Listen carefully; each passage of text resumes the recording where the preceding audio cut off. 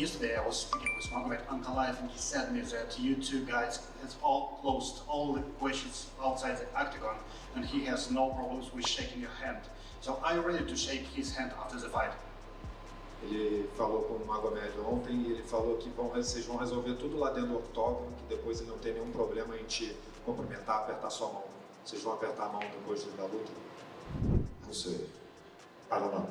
Alex Pereira is truly the definition of what MMA is, because we saw him lose at Adesanya, we saw him lose to Magomed, and he's as big a star today as he's ever been. I just always wish the best for the guy. He's a tremendous person. Daniel Cormier's take on the rematch between Alex Pereira and Magomed Ankalaev quickly sparked intrigue. He noted that the fighter who loses the initial bout often returns hungrier, more resolute, and eager to prove himself. Because if he's going to get pushed back, like he got pushed back, he needs to be throwing knees. That's one of the things that some of the best strikers do, that you might get close, but before you get close, you're going to take some real damage on the entries. Knees to the body, body kicks.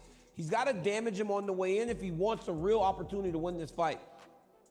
In most cases, the guy that loses is a little more motivated, he's a little more excited. Cormier believes Pereira embodies this pattern, though age remains a factor. He cautioned that younger fighters typically have greater potential to refine their skills and bridge gaps, which might favor Ankalaev. Still, Cormier emphasized that everything Pereira's focus, discipline, and confidence suggests the best version of him could enter the cage this time. If the Pereira from the first fight was already formidable, Cormier suggested a sharper, more lethal version might reclaim the title. There were so many questions about Pereira going into that first fight, talking about the stardom, the superstar level. Was he resting on his laurels? It didn't happen for him, right?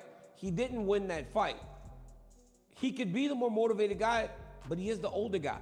They say usually when we have rematches, the younger guy is the one that gets the victory, right? Because he's got more room to improve. But everything that I've seen from Pereira, everything I've heard from Pereira tells me that we will see the best version of who Alex Pereira is. And if you are to be believed, we saw a great version last time. So if he's better than that, there's reason to believe he could potentially be the UFC champion again. But Magomed Ankalaev is not looking to let go of that championship, especially after how long he had to wait to get an opportunity to even fight for that championship, man. This is a big time fight, and I love all the stuff that's now on it with the bad blood and people not liking each other. I love it all. Robert Whittaker expressed uncertainty. Analyzing in his unique style, he struggled to see a clear path for Pereira's victory. Whittaker observed that the Brazilian appeared tentative in their first encounter, hesitating rather than dominating the fight. He likened Pereira at his peak to a predator stalking prey, advancing and trapping his rival with nowhere to escape. But against Ankalaev, that predatory instinct was absent as he was forced to retreat. Whittaker highlighted that when Pereira is pushed backward, he loses his aura of inevitability and fails to deliver the devastating strikes fans anticipate. What would Pereira need to do to have turned around their first fight? He needs to move forward, be less hesitant. I feel like he wasn't leading the dance. Pereira doesn't fight as well going backward as he does going forward, okay? Yeah. What made him so dangerous to the guys he knocked out consecutively was the fact that he was just hunting them the whole time. The only time he didn't look like that was when Khalil took it to him in that first round. Granted, it didn't age well, faded away really quick afterwards, but that happened, okay? Yeah. So Ankalaev was putting pressure on him, giving him different looks, attempting to take down, whether he was actually seriously going for it or not, but he was making Pereira work, okay? He was creating different looks for him to make him hesitant, not be on the front foot. Pereira's best rounds were later in the fight, okay? I think when he got over that. But like I said, I just find it hard to see where he goes, because what does Pereira need to do? He needs to go forward, he needs to be the hunter, the aggressor, needs to get behind his punches, believe in that, to try and land those hits, to start those impact shots, to change the pace of the fight so that he can lead the dance and start picking him apart. But if he does that, maybe Ankalaev doesn't just attempt 11 takedowns, maybe one of them land. Yeah. Okay. And then in that first fight, if Ankalaev would have gotten him down for a round, that looks very different. Dricus Du Plessis took the opposite view, fully backing Pereira. To him, Pereira only seemed off because Ankalaev effectively neutralized his forward pressure. Forcing a defensive approach, Du Plessis insisted this wouldn't repeat, predicting Pereira would revert to his aggressive, forward-moving style. He acknowledged Ankalaev's strategy succeeded in their first clash, but doubted the rematch would last all 5 rounds. According to Du Plessis, Pereira enters this fight fresher, more formidable, and ready to unleash his full power. He even admitted he'd personally wager on the Brazilian for a decisive victory. It's tough. I know Pereira's took a step away for a while, and that's good. I mean, he was too active. I think a lot of people want to see these fighters being active. You know, I like fighters that are active, but he was. I mean, it's impressive. That's why I rate Pereira as one of the greatest combat athletes ever walked this. Just the way he's been. You know, he came in with not a lot of experience and just ran through everyone, and the best of the best. But with Ankalaev, he's big, he's strong, and in that first fight he just had the answers to beat Pereira, and he fought a smart fight. Not necessarily the most exciting style, but he fought a smart fight. Don't give Pereira the distance where he can, you know, catch you with those massive punches. But I mean, I've been looking at the training footage of Pereira for this one. He looks scary. He looks angry, and you know, we'll see what that loss did to him. He has come back from a loss and came back to reclaim the title. But you know, this fight is a big fight for him. But Ankalaev now has that confidence, of course, of being the champion. But I'm going to go Pereira on this. Corey Sandhagen dismissed any redemption narrative. The bantamweight star, competing in UFC 320's co-main event, viewed Ankalaev as a far more complete fighter. Sandhagen recalled the first fight as a clear showcase of the Russian's dominance. He stressed that Ankalaev not only landed crisper strikes but also controlled the cage whenever necessary. He said, "That one's tough. Ankalaev was dominant as hell in the first fight. To be honest, even in rounds Pereira lost, Sandhagen felt Ankalaev maintained significant control." He also praised Ankalaev's strategy of pinning Pereira against the cage in the 4th round to secure a brilliant tactical move. Ankalaev showed he can dominate at will, so that option remains unless Pereira counters it. Sandhagen predicted Ankalaev would triumph. Dustin Poirier added a twist, firmly supporting Pereira's comeback. The former interim lightweight champion was unequivocal, stating Pereira's knockout power is the greatest threat and could shift the fight instantly. He expressed total confidence that Pereira would return and defeat Ankalaev, with his devastating punches being the decisive factor. Alex needs to keep the distance better, do what got him to be the world superstar we know. Keep the distance and look for those big shots, you know, look for those big knockout punches, look for those big kicks, those big knees, do damage, do what he does best. You know, similar to the advice I gave Gamrot, don't play the clinch game, don't get put up against the fence, don't let the time run off the clock. And that's what Ankalaev needs to do. I think he needs to smother Pereira. Don't be in the striking danger in the middle of the octagon. You know, just let him slow down over the rounds so where that power and that pop is a little bit less. You can see things coming a little better. That's what I think needs to happen. Arman Sarukian disagreed, seeing no change in the rematch's outcome. From his viewpoint, Ankalaev's diverse skill set simply surpasses Pereira's. He noted how the Russian's sharp left hand and punishing leg kicks threw off Pereira's rhythm last time and saw no reason this wouldn't recur. For Sarukian, Ankalaev's win in their first bout was unsurprising, and he expected the rematch to follow a similar path. What do you think of the main event, Magomed Ankalaev beating Alex Pereira? I know that Ankalaev gonna beat him if it's not lucky punch. We know like Pereira, he's so dangerous. He has a good left hook and kicks, leg kicks.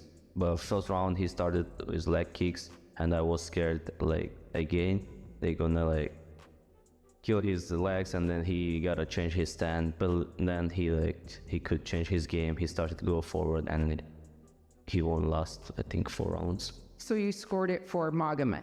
3-2. 5 was like even 50-50, you know. You never know. Alexander Rakic leaned toward Ankalaev too, and upon reviewing the fight footage, he was struck by Ankalaev's ability to adapt his style.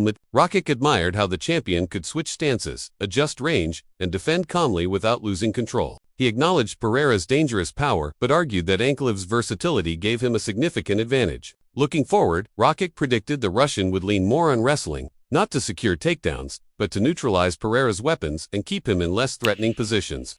Pereira can still do some great work, but if people are very effective with southpaw, it can make it a little bit harder for Pereira. That's all I'm saying. Doesn't mean that he loses every time he gets southpaw. Just he finds that a little bit harder, especially when you're effective with the southpaw, like Ankalaev will be. So I'm going to have to go with the favourite on this one.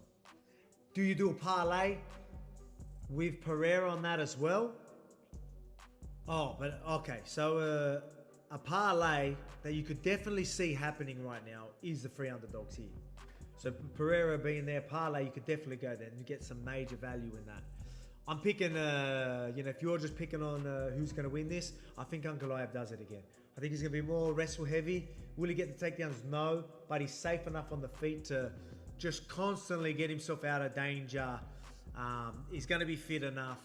You know what I mean? So when there's danger and if Pereira's doing a great job, he can stick to him a little bit, then get himself back there, get him out of danger, win back that octagon control, do enough to just win 5-round decision. So I'm going to have to go with Ankalaev for the win. Can Pereira get the knockout? 100%. But I think Tom Aspinall, the heavyweight champion, analyzed it stylistically. He argued that Pereira had faced opponents in the past who posed fewer stylistic challenges than Ankalaev does. Though Pereira successfully defended takedowns in their first fight, Aspinall believed the mere threat of wrestling disrupted his flow. To him, Ankalaev is a tough matchup that Pereira can't easily overcome, no matter how diligently he trains. He is one of the best to ever did in Russia already. Just keep him going for himself. He's climbing on top to be the best to ever do this. No, I really believe we have scope. Chael Sonnen also chimed in, focusing on the matchup itself. He admitted he wasn't excited when the UFC booked the fight initially, suggesting it was chosen due to limited alternatives. Sonnen revealed the promotion first considered other fighters like Alexander Rakic or Jamahal Hill to face Pereira, but settled on Ankalaev. Now, heading into the rematch, Sonnen doubted fans were eager to see it again. Still, he noted that a Pereira victory would likely demand a trilogy, as the rivalry would remain unsettled without it. What do you think that Alex Pereira needs to do this time around to get his hand raised and win that title back? I think he needs to close the range down a little bit. I think maybe he had a little bit too much respect for Ankalaev in the last fight. I also think he wasn't quite sure which hand Ankalaev was going to play. And Ankalaev is very, very confident as a striker. His wrestling's always been a backup in his game, and he's never particularly wanted to use it too much.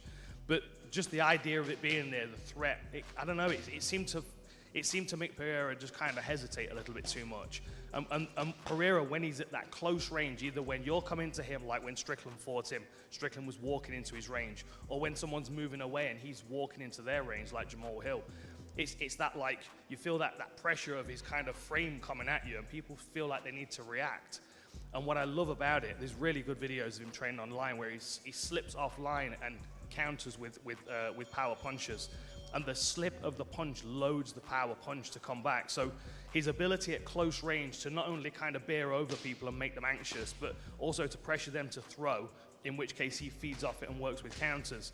Like, if I'm Pereira, I would be thinking about getting as close to him as possible, getting in his face, maybe even try and use a bit of tie clinch just to kind of, manage the clinch a bit. But I would also think that he's going to be better defending takedowns on the front foot as well, right? Better if he's pressuring forward and forcing Ankalaev to shoot under pressure. That would be my thought process, but I don't know. I mean, we might see a very different Ankalaev this time around, and that's also something that Pereira's got to adapt to in that first round. Rashad Evans offered a unique perspective. He saw Pereira approaching this rematch with a fiercer, more ruthless mindset. Observing his training and interviews convinced Evans the Brazilian is tapping into a primal intensity. In his view, fighters who reconnect with that raw energy often become their most dangerous selves. If Pereira fully embraces this, he could secure a commanding win. Who do you think wins that fight? What's your prediction for the title fight? Yeah, I think still Ankalaev can defend his title, because I think Pereira is not as motivated as before.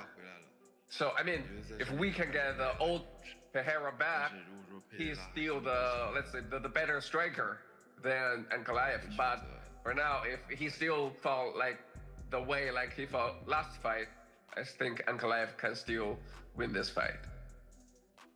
Why do you think there's a lack of motivation there, in your opinion? Because he has earned too much money.